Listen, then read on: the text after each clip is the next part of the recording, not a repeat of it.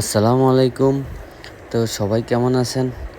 তো চলে আসলাম আরেকটি নতুন কাজ নিয়ে আপনাদের সাথে শেয়ার করব বলে। তো আমার হাতে যে ফোনটি দেখতেছেন, ফোনটির মডেল হচ্ছে ভিভো ব্র্যান্ডের Y33s। তো কাস্টমার নিয়ে আসলো, ভাই আমি সকালবেলা বাজারে আসছি, আপনাদের বাজারে। তো আমি সারাদিন এই কাজটি করাইতে পারি নাই, বিভিন্ন দোকানে ঘুরতে ঘুরতে এখন রাত্র হয়ে গেছে। এখন আপনার দোকানে আসছি, ভাই আমার এই ফোনটিতে ডিসপ্লে লাগবে, প্লাস আমার এই ফোনটিতে লেখা আসে কিন্তু আলো আসে না। তো একটি ডিসপ্লে আনলাম, আনার পরে ডিসপ্লেটা লাগানোর পরে দেখলাম যে ফোনটিতে গ্রাফিক্স আছে কিন্তু লাইট নেই, বাট লাইটিংয়ের সমস্যা। তো বুঝতে পারলাম যে আমার ফোনটিতে কোথায় কাজ করতে হবে। তো চলে গেলাম ফোনটির ডিসপ্লে কানেক্টরে, সেখানে গিয়ে বর্ণীয় ওপেন করলাম, স্কিম্যাটিক ওপেন করে লাইটিংয়ের যে লাইনগুলো আছে ওই লাইনগুলো চেক করে নিলাম শুরুতে। তো লাইটিংয়ের যে অ্যানোড লাইন, ক্যাথোড লাইন, সিবেক লাইন চেক করে নিলাম।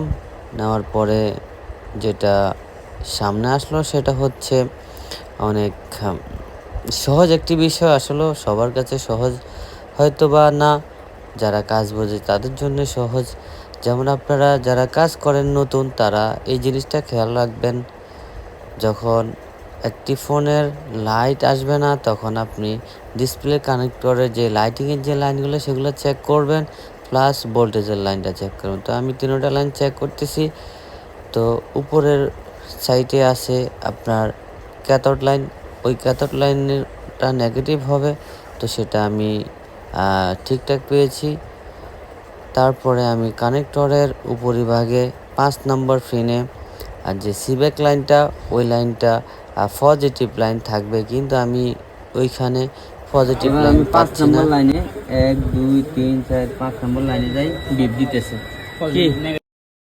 তো আপনারা দেখলেন যে ডিসপ্লে কানেক্টরের যেই 5 নম্বর পিন উপরিভাগ থেকে ওই লাইনটা আমাদের পজিটিভ লাইন হবে, ওই লাইনটা বিপ দিচ্ছে বা গ্রাউন্ড দেখাচ্ছে। তো বুঝতে পারলাম এই লাইনটাতে প্রবলেম আছে। তো বাকি যে দুইটা লাইন আছে ওই দুইটা লাইনও আমি চেক করে নিব। তো চেক করার জন্য আমি বর্ণীয়তে কানেক্টরের ভ্যালুগুলো দেখতেছি, যে উপরে যে লাইনটা আছে ওই লাইনটা হবে আমাদের ডিসপ্লে কানেক্টরের জন্য ডিসপ্লের ক্যাথোড লাইন। তো ওই লাইনে আমাদের ভ্যালু থাকবে, গ্রাউন্ডের যে ভ্যালুটা থাকে 2 3 4 5 এরকম। আর নিচের দ্বিতীয় বাম পাশের দ্বিতীয় যে লাইনটা সেটা হচ্ছে আমাদের অ্যানোড লাইন, মানে আমাদের পজিটিভ লাইন। তো আমি পজিটিভ লাইনে অ্যাকোরেট যে ভ্যালুটা সেই ভ্যালুটা পেয়েছি। আর উপরে যে ক্যাথোড লাইনটা ওই ক্যাথোড লাইনটাও ঠিক আছে। তারপরে গিয়ে যেটা দেখলাম সেটা হচ্ছে সি ব্যাক লাইনটা, ওটা শর্ট। তো আমি দেখাচ্ছি নিচের যে লাইনটা সেটা ফুললি ওকে আছে, এটার ভ্যালুটা ওকে আছে।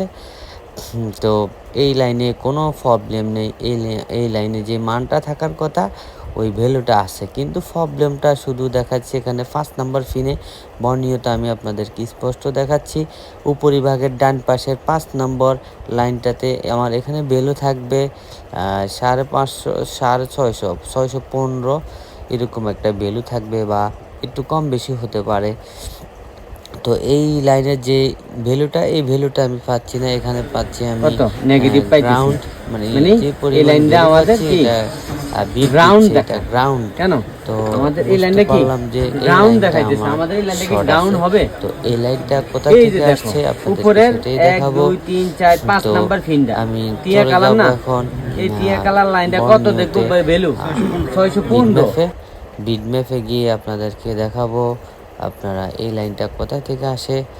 তো আমরা বর্ণীয়তে বিটম্যাপে গিয়ে 5 নাম্বার যে পিনটা ওই পিনে ক্লিক করলে আমাদেরকে দেখিয়ে দিবে।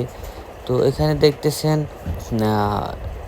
হার্ডওয়্যার সলিউশনে দেখাচ্ছে এই লাইনটি আইসিতে দ্বিতীয় ফিনে মাঝখানের যে ফিনটা আছে ওই ফিনে গিয়েছে।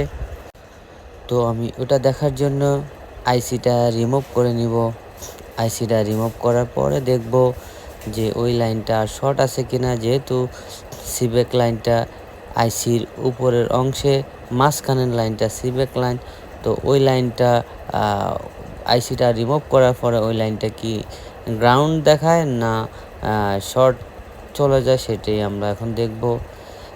তো আমি আইসিটা তুলে নিলাম, কিন্তু আইসির পাশে যে কয়েলটা আছে সেই কয়েলটা উঠে গিয়েছে। সেটার কারণ হচ্ছে আমি যে স্ট্যান্ডে কাজ করতেছি ওই স্ট্যান্ডে বড় বড় চুম্বক দেওয়া আছে, ওই চুম্বকগুলা কয়েলটাকে টানে। তো আমি আবারও বসিয়ে দিলাম কয়েলটা। তো এখন যেটা দেখলাম যে আইসির নিচে যে লাইনটা আছে উপরিভাগে 2য় নাম্বার মাঝখানে যে লাইনটা, এই যে লাইনটা আমি দেখাচ্ছি এই লাইনটা কেবল একটা ক্যাপাসিটার হয়ে ডাইরেক্ট আইসিতে চলে গিয়েছে। আর আইসি থেকে এই লাইনটা ডিসপ্লে কানেক্টরের 5 নাম্বার পিনে আসতেছে। তার মানে বুঝলাম যে আমার এই লাইনটা কেবলমাত্র আইসি থেকে একটা লাইন চলে আসতেছে ডিসপ্লের কানেক্টরে। তো আমি সেম যে আইসিটা এই আইসিটা আমি অন্য একটি মাদারবোর্ড থেকে কালেক্ট করব।